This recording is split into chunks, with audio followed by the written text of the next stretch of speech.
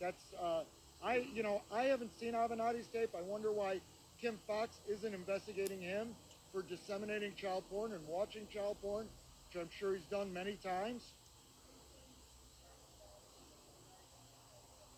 One of the charges appears to involve the same alleged victim from the earlier case, and double jeopardy should bar that case.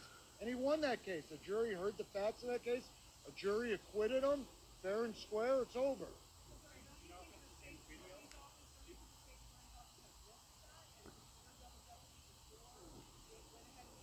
So the state's attorney has brought different charges now. So before they charged child pornography, now they're charging what supposedly is shown on the tape, but it's the same thing, and double jeopardy should apply.